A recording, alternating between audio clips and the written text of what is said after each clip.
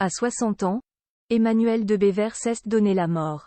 Un suicide révélé le jour de la diffusion du complément d'enquête consacré aux agissements de Gérard Depardieu. L'ancienne actrice était la première à avoir révélé les agressions sexuelles de l'acteur.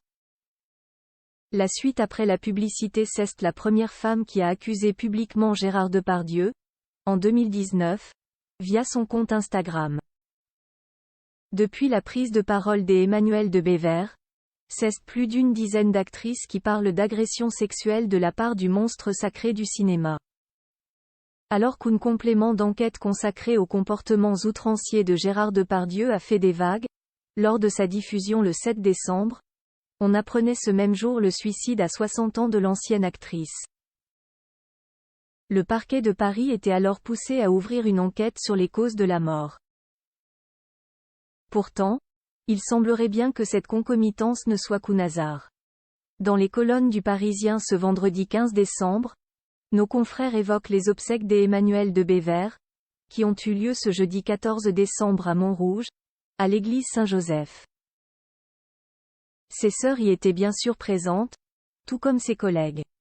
Emmanuel Gomez, du nom de son époux Henri, son soutien de tous les jours, avait changé de vie depuis bien longtemps. Et une femme qui la connaissait bien, mais pas dans sa jeunesse, assure ne l'avoir jamais entendu parler de Gérard Depardieu. Idem du côté d'une de ses sœurs, qui n'a pas hésité à fustiger ceux qui ont écrit que l'actrice s'est donné la mort le jour du programme de France 2. Raccourci mensonger, écrit-elle. Repose en paix ma sœur. Emmanuel de Bévers sur Gérard Depardieu, glissant sa grosse patte sous mes jupons car si la mort d'Emmanuel de Bévers a été rendue publique le jour de la diffusion du complément d'enquête, elle était passée à l'acte fin novembre, rappelle le Parisien, et a été hospitalisée une semaine avant de succomber. Le jour de ses obsèques, ce n'est d'ailleurs ni le lieu ni le moment de parler de Depardieu. L'équipe de complément d'enquête n'a jamais contacté l'actrice, ni ses proches, pour ce sujet.